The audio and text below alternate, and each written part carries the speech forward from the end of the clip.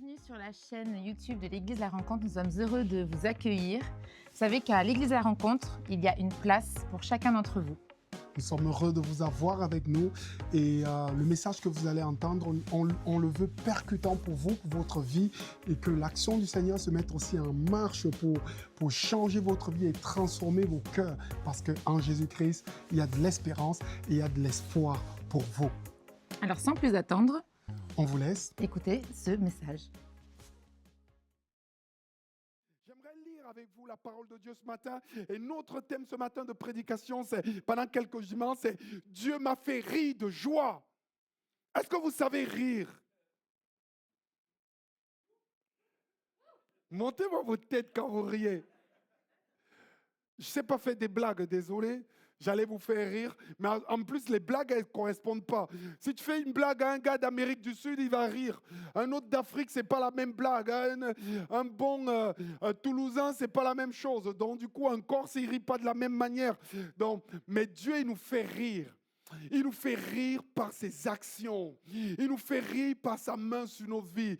Il nous fait rire par sa puissance. Il nous fait rire parce qu'il nous maintient debout alors que tout le monde croit qu'on va s'effondrer. Et c'est pour ça que j'ai aimé ce thème. Dieu me fait rire. J'aime rire. Bien sûr, de temps en temps, je ris des gens. Parce que quand tu glisses et que tu tombes, ça fait un peu rire. Mais surtout quand tu glisses et tu tombes et tu te relèves et tu ne veux pas qu'on rie. Alors ça me bloque et je ris. Donc j'aime rire. Mais Dieu nous fait rire parce que quand on regarde notre vie, on voit qu'il m'a fait du bien. Il m'a tellement fait du bien et Dieu m'a fait rire. Une femme à qui Dieu a fait rire, elle s'appelle Sarah, la femme d'Abraham. Dieu l'a fait rire.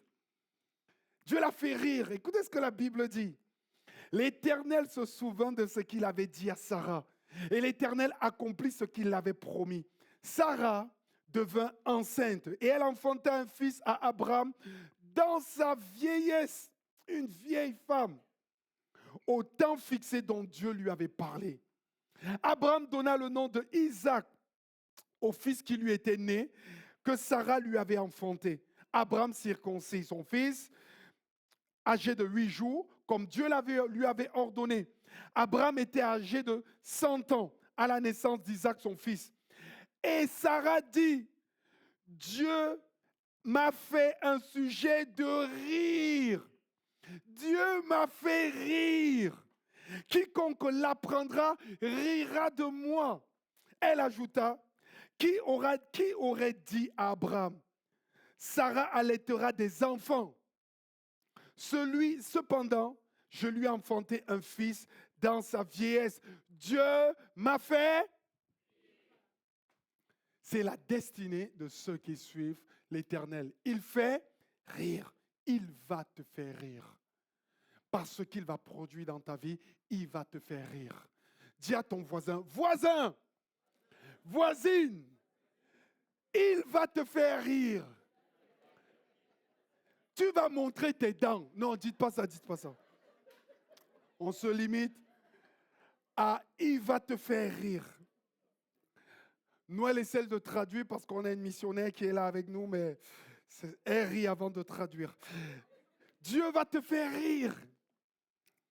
J'ai envie de te dire ce matin pour commencer, Dieu est grand. Dieu est grand. Il est très grand. Dieu est grand. Il ne parle jamais à ta mesure. Il est grand. Il ne parle jamais à ta mesure. Dieu n'est pas dans ton timing. Dieu n'est pas à la taille que tu as. Dieu est grand. Et ce qu'il annonce est grand. Dieu ne donne jamais des promesses réalistes. Il donne des promesses divines. Si tu es venu dans ce lieu pour juste vivre des promesses réalistes, tu t'es trompé d'endroit. Dieu va beaucoup plus loin. Il ne te donne pas des promesses réalistes, il te donne des promesses divines. Dites avec moi, divine. Redites avec moi, divine. Wouh! Merci Seigneur. Comme il est écrit, les choses que Dieu fait dans 1 Corinthiens 2, verset 9, ce sont les choses que l'œil n'a point vu, que l'oreille n'a point entendu, qui ne sont point montées au cœur de l'homme, des choses que Dieu a préparées pour ceux qui l'aiment. Dis pour moi, les choses que mon œil humain n'a pas vues, mon oreille ne peut pas l'entendre. Dieu les a préparées pour moi. Ce matin, je ne fais pas grand-chose. Je rappelle juste les promesses de Dieu à ton égard. Dieu va toujours te dire quelque chose qui te dépasse. Dieu va dire quelque chose qui dépasse ta logique. On dit non, il peut se passer ça, mais pas ça, mais pas ça. Dieu dit toujours quelque chose qui dépasse ta logique. Dieu dit quelque chose qui dépasse ton expérience. Tu as l'habitude de voir et tu sais où ça va aller, mais Dieu va bien au-delà. Dieu dit des choses qui dépassent tes capacités. Tu ne peux pas le faire, mais Dieu est capable de le réaliser. Wouh! J'ai du monde ce matin avec moi ou pas? C'est pour cela que Dieu dit à Abraham, tu auras un fils à 100 ans. Tu auras un fils à 100 ans. Hey! Il dit à Noé, construis une arche pour sauver l'humanité. Noé, il construit une arche et toute la population ne croit pas en lui, il n'y a que sa famille. Pendant près de 100 ans, il construit une arche. C'est au-delà de sa logique, parce qu'il n'avait jamais plu, au-delà de son expérience, parce qu'il se dit, ben écoute, je vais apprendre comment faire, et Dieu lui montre, au-delà de ses capacités, comment sauver l'humanité et faire venir tous les animaux. Mais pendant 100 ans, Dieu réalise point par point par point, il fait venir les animaux, et au bout d'un temps, il ferme la porte, et alors qu'il n'a jamais plu, il pleut. Il pleut, il pleut. Du verbe pleuvoir, je pleus, tu pleus, il pleuvons. Bon, il pleut. Bam! Vous avez compris.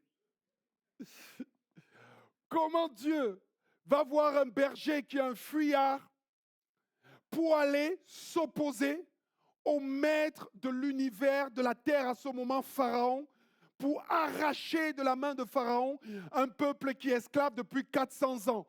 Il dit, Moïse, vas-y, tu feras sortir mon peuple. Moïse dit, mais je suis tout seul. Ça dépasse sa logique. Ça dépasse son expérience parce qu'il a grandi dans la cour de Pharaon et il connaît son pouvoir. Ça dépasse ses capacités puisque Dieu lui donne un bâton et les miracles arrivent. Est-ce que tu veux vivre ça? J'entends pas. Est-ce que tu veux vivre ça? C'est ça que nous vivons. Dieu, c'est fou. Quand Dieu dit à une vierge, tu enfanteras un fils. Mais elle dit, comment? Je n'ai pas connu d'homme. Le Saint-Esprit viendra sur toi et tu seras enceinte. Waouh! La Bible dit qu'à la fin des temps, Dieu répandra son Saint-Esprit sur toute chair. Je crois que cette époque n'est pas révolue. Est-ce que tu es d'accord avec ça? Dieu te met toujours devant quelque chose qui te fait dire, Seigneur, là vraiment ce que tu me proposes, t'abuses. Est-ce que vous avez déjà dit ça, Seigneur, là? Je comprenais l'autre level là, mais Seigneur, tu montes le curseur, là t'abuses. Je ne vais pas y arriver. Là, est-ce que vous avez l'habitude de dire, Seigneur, là tu vas trop loin, t'abuses? Mais ouais, moi je dis ça tout le temps. Seigneur, là vraiment, là t'abuses. Là t'abuses. Ah oui, j'ai pris des décisions, j'y allais et je disais, Seigneur, j'y vais parce que je crois en toi, mais là t'abuses. Parce que Dieu veut te faire rire. Il va au-delà de tout. Dieu est grand et il dépasse toute logique. Écoute-moi bien, si ta vision est faisable sans Dieu, elle ne vient pas de Dieu.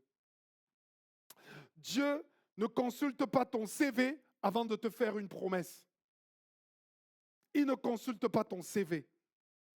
Ce que Dieu promet te dépasse, mais ne le dépasse pas. Ça te dépasse toi, mais ça ne le dépasse pas. Quand Dieu parle, ton intelligence panique. Dieu a mis mon intelligence en PLS. Mais quand Dieu parle, ton intelligence panique, mais ta foi s'active. Waouh! Seigneur, quand Dieu m'a dit un jour, et que j'étais dans un ghetto, et que je faisais la sieste, j'étais là au lycée, j'étais persécuté, Je faisais parfois 15 kilomètres pour aller au lycée, 14 pour aller à l'église. Et il me dit, tu iras prêcher mon nom dans plein de pays, dans le monde entier. Et je le vois en vision. Je dis, Seigneur, là, Dieu, tu m'as fait rire. Dieu, tu m'as fait rire. J'habite un ghetto. Ça dépasse mes compétences. Comment je vais faire? Je vais passer par où? Ça se mettra en place comment? Est-ce que les choses vont arriver? Est-ce que Dieu est capable de faire? Est-ce que je vais tenir? Comment je vais faire? Sauf qu'au bout d'un temps, j'enterre même cette vision. Mais sauf que comme c'est Dieu qui l'a prononcé, la vision, elle marche tout seul. Ça, c'est la marche de la vision. Tu descends un peu, tu baisses les épaules et elle marche tout seul. Et la vision, elle marche. Kounia, kounia, kounia, kounia. Elle marche toute seule. Et Dieu m'a fait rire. Il m'a fait rire. Un jour, je me rappelle, je me retrouve à Lyon, à la place Bellecour. Il y avait 40 000 personnes. On me donne le micro, on me dit, va chanter. Et chante que Jésus donne la solution et qu'on n'est pas d'accord. Et qu'on croit que Jésus est la solution. J'arrive à la place Bellecour, elle est remplie à Lyon. Et je vois 40 000 personnes. Je me reconnecte à la vision que Dieu m'avait donnée dans mon ghetto où je dormais.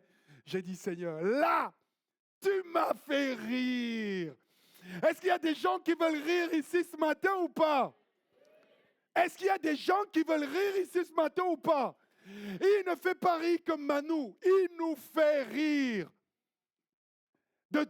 Quand je raconte cette histoire, il y a certains qui disent c'est vrai, d'autres disent Manu, je suis obligé de garder les photos pour montrer, voilà, à la fin, tu vas rire de joie. À la fin, tu vas rire de joie. Waouh! J'ai envie de te dire que le cœur de Dieu, c'est de te faire rire. Le cœur de Dieu, c'est de te faire rire. Sarah, elle l'a dit, Sarah. Elle l'a dit, Sarah. Et Dieu m'a fait un sujet de rire. Quiconque l'apprendra rira de moi. Je ne pouvais pas allaiter, j'étais vieille, mais il m'a fait rire. Il m'a fait rire. Ce n'est pas le rire du doute, c'est le rire de l'accomplissement.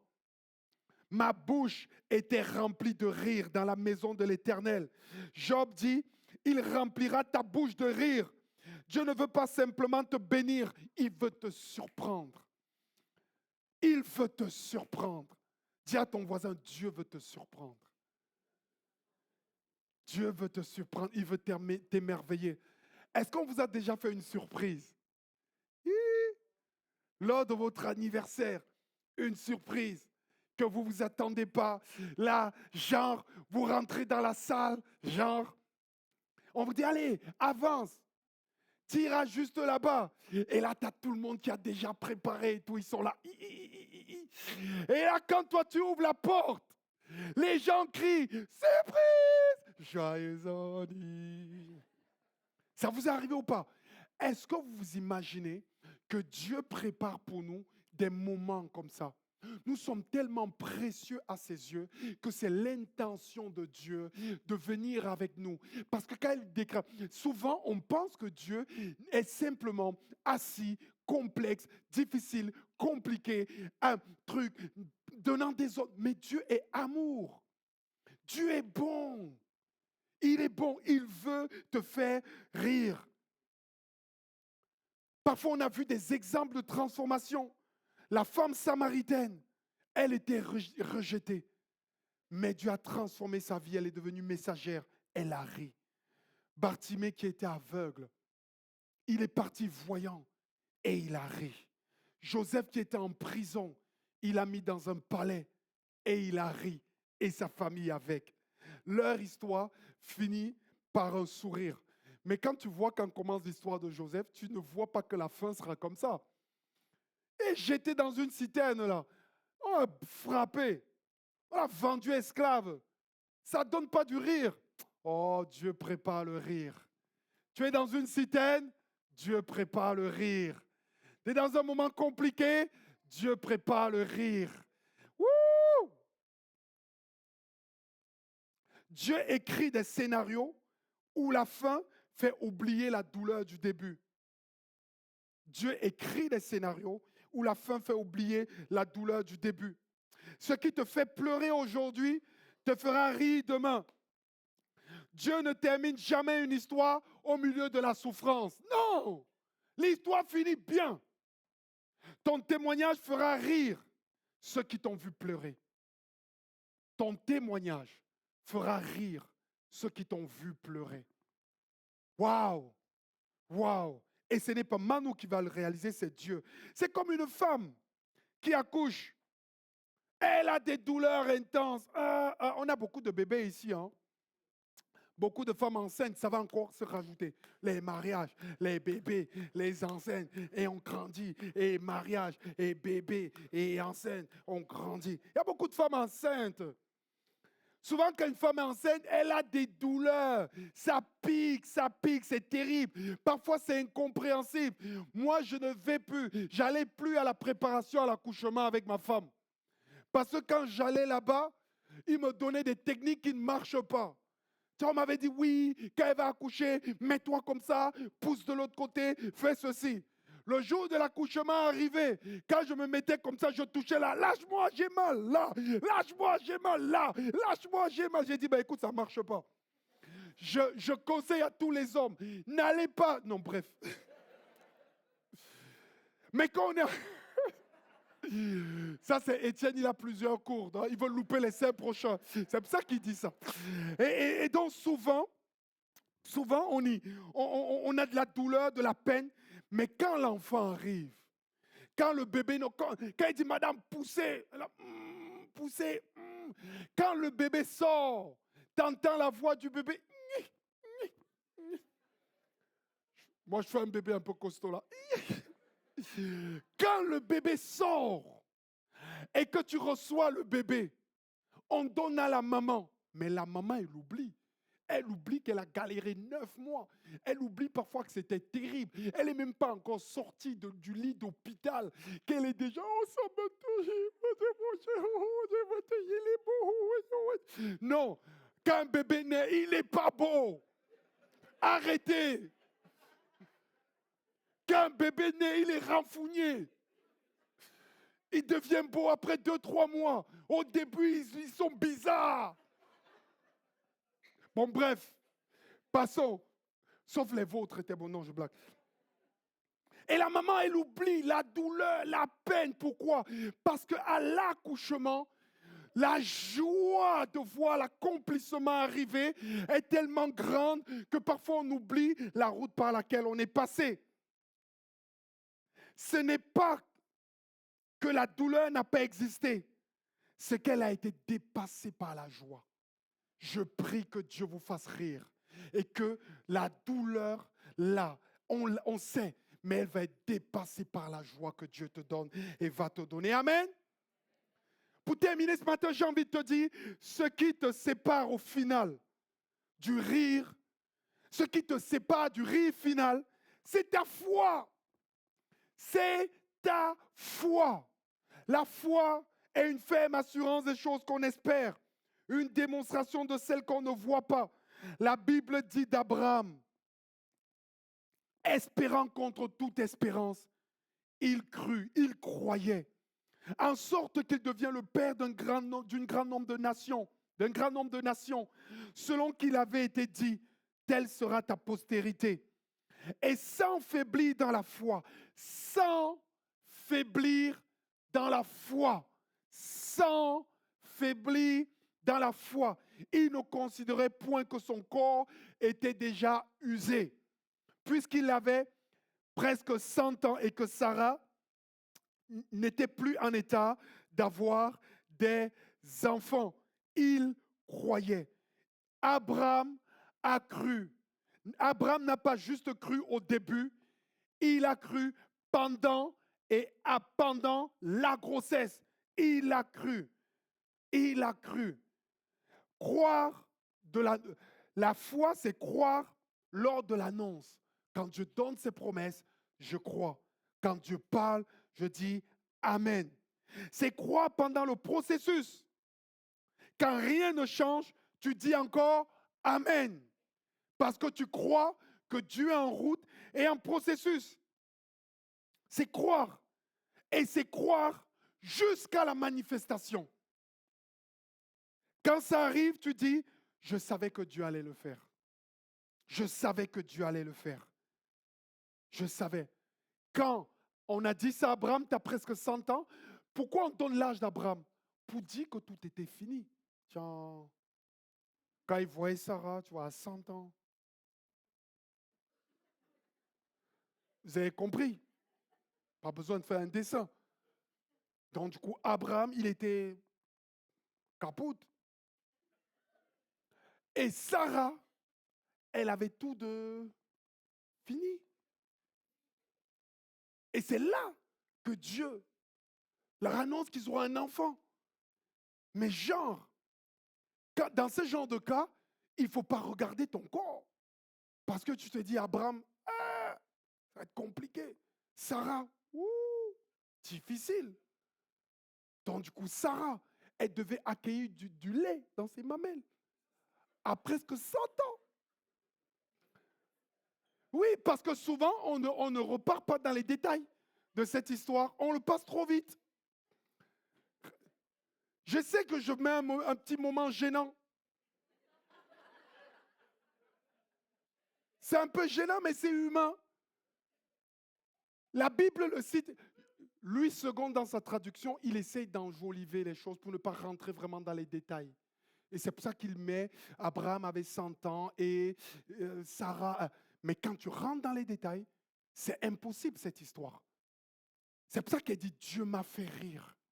Il m'a fait rire parce que quand les gens entendront cette histoire, elle dit ils riront. En disant ce n'est pas possible, comme vous là ce matin, en disant hé Sarah.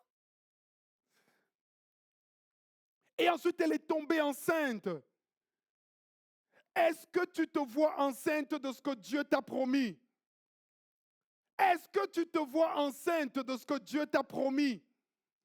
Enceinte d'un ministère, d'un service particulier, enceinte d'un projet, enceinte d'une restauration, enceinte d'une guérison, enceinte de ce que Dieu va faire, enceinte parce que tu vas rire. Est-ce que tu es dit en train de te positionner pour faire la marche du rire? Je vais rire. J'ai eu tellement de sujets pour rire, même si on ne voit pas encore, on rit. Seigneur, marche. Sois fidèle dans les petites choses. Ta foi prouve que tu es constant. Ta foi prouve que tu es fidèle. Ta foi prouve que tu es persévérant. Persévérant, c'est faire les mêmes choses et augmenter et continuer sans s'arrêter, sachant que ça va produire.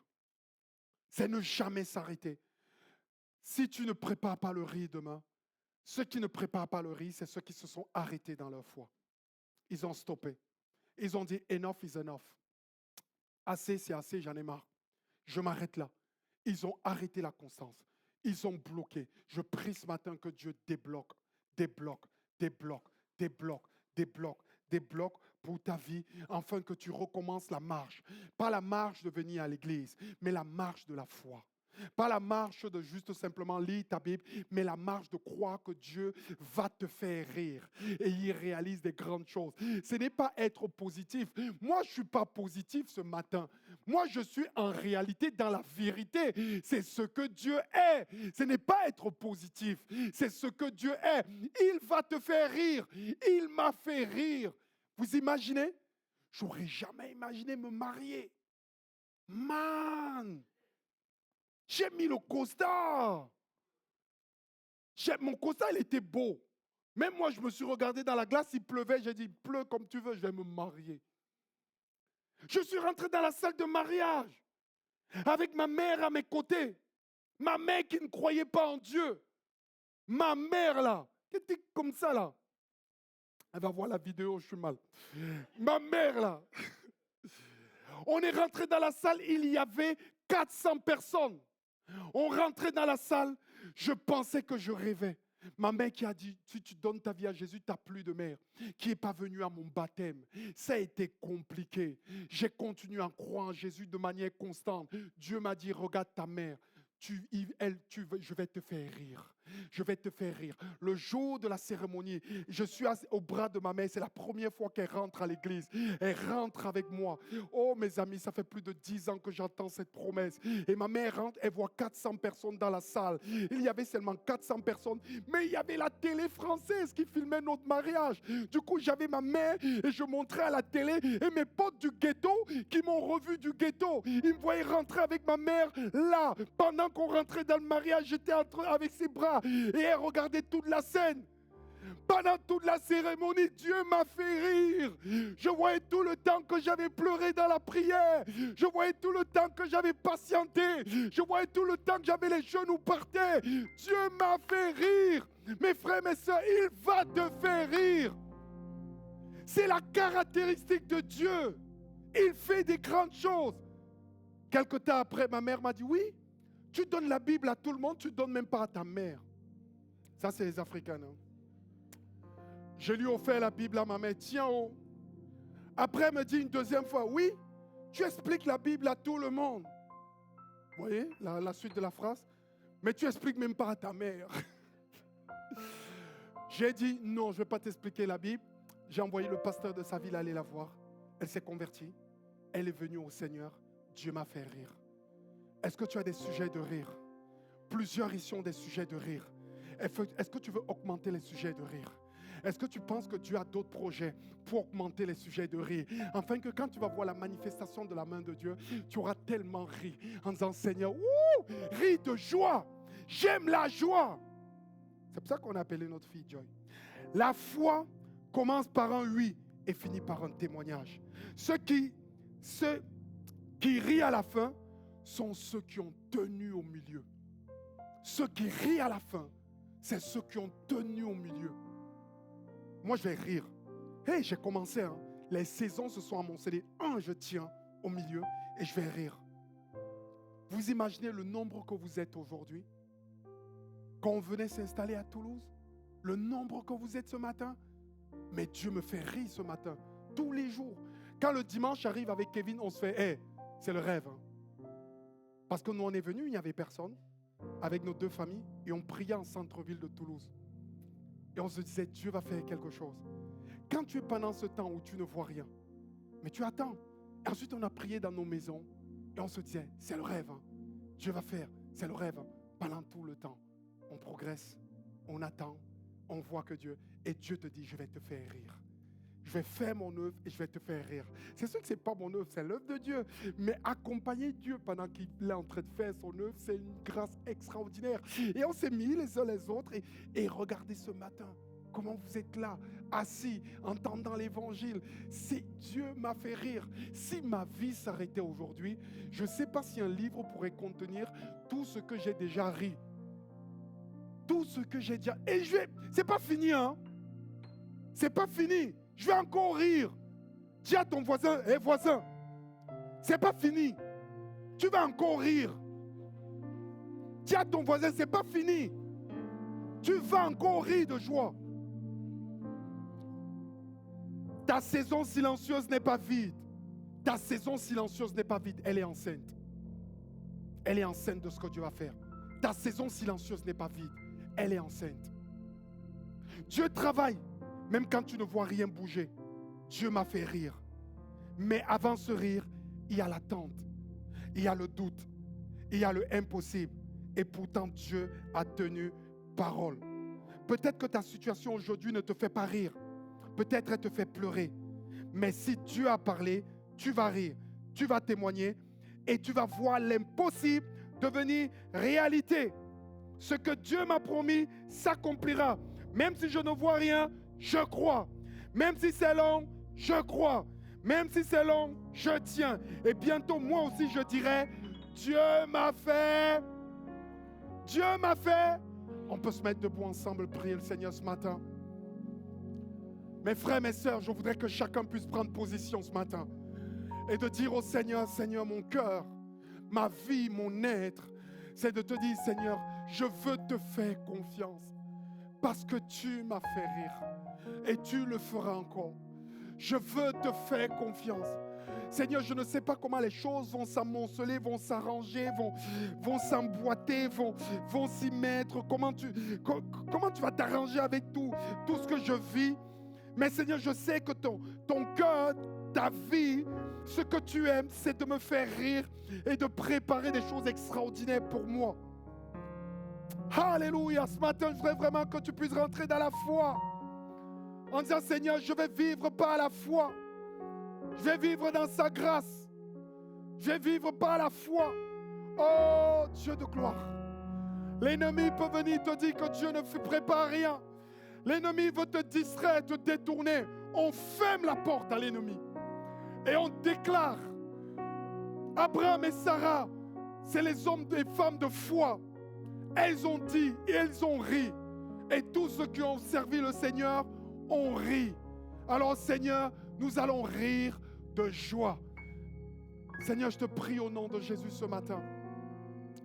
Afin que Seigneur mon Dieu, tu nous connectes avec ce que tu vas faire. Tu ne fais pas des choses à notre mesure. Tu fais des choses à la mesure de Dieu. Plus grandes encore. Seigneur mon Dieu, nous n'avons pas la taille des projets de Dieu. Ils sont plus grands. Seigneur, tu as de plus grandes ambitions pour nous. Seigneur, au nom de Jésus. Ton cœur et ta capacité, c'est de nous voir rire. Seigneur mon Dieu, dans la joie. Seigneur, je te prie au nom de Jésus.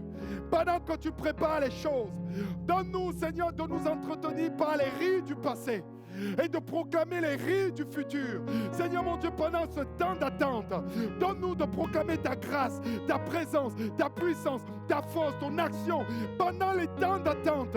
Seigneur mon Dieu, où la promesse est là, où ce que tu vas faire est là.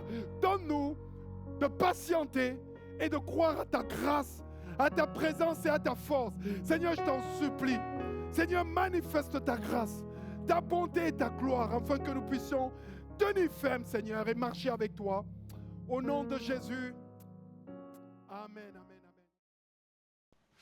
On espère que ce message a percuté votre cœur et on voit déjà le Saint-Esprit commencer à agir dans votre vie. On sait que l'impact de ce message peut agir maintenant et jusqu'à l'éternité. Et cela réjouit notre cœur. Si vous souhaitez rester connecté à l'Église La Rencontre, n'hésitez pas à flasher le QR code qui s'affiche. Et je vous assure, l'Église La Rencontre fonctionne avec vos dons. Nous sommes une organisation qui a un cœur, un grand cœur pour toucher les âmes, percuter les personnes et remplir le royaume des dieux. Et nous fonctionnons avec vos dons. N'hésitez pas à flasher le QR code pour nous encourager, mais en même temps aussi, peut-être pour donner vos offrandes et vos dîmes à quelque chose qui peut être grand pour le royaume des cieux. Et n'oubliez pas, à la rencontre, il y a une place pour toi.